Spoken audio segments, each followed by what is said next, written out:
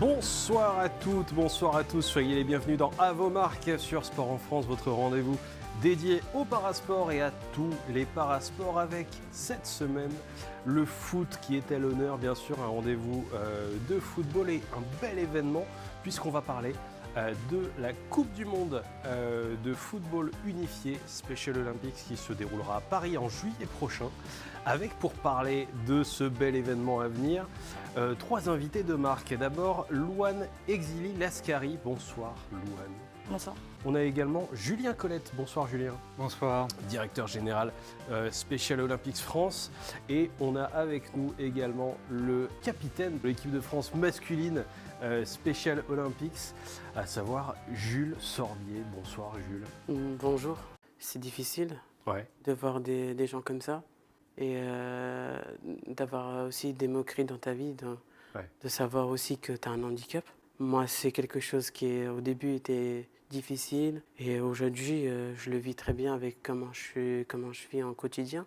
Special Olympics France, effectivement, va organiser la Coupe du Monde de football unifié Special Olympics Paris 2026 du 5 au 11 juillet. La cérémonie d'ouverture sera le 6, les équipes arriveront le 5.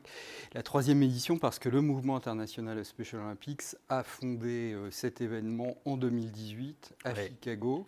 Donc pour la première fois, la Coupe du Monde de foot unifié va sortir des États-Unis, qui est le pays d'origine de Special Olympics, pour aller dans un pays de foot, dans un pays européen, dans un pays qui a accueilli les Jeux Olympiques et Paralympiques, la France, en juillet prochain, et pour donner beaucoup de résonance à cette discipline extraordinaire qui est le foot unifié. On accueille 24 équipes, 12 équipes masculines, 12 équipes féminines, puis 500 athlètes, oui, près de 500 athlètes et coachs, 500 membres de leur famille aussi, 500 volontaires mobilisés. Par le sport, on peut faciliter l'intégration, l'inclusion des personnes en situation de handicap intellectuel, et non seulement par le sport, mais par le sport qui est le plus universel, c'est-à-dire le foot. Et comme vous le disiez, pendant une Coupe du Monde de foot, qui est l'événement planétaire, l'un des événements planétaires les plus regardés au monde, mettre en valeur ce pouvoir inclusif du sport au travers du foot et au travers d'une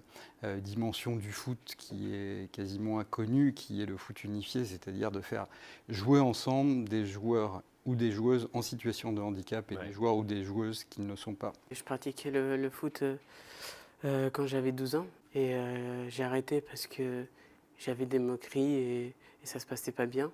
D'accord. Et du coup, j'ai eu confiance en moi. Et du coup, j'ai repris le foot petit à petit. Pour moi, c'est un honneur d'être capitaine, d'être meneur et quand mon équipe ils sont en difficulté, c'est de dire que t'inquiète pas, ça va aller et que t'es pas seul, on est une équipe. Sur le plan humain, c'était quelque chose de très très fort.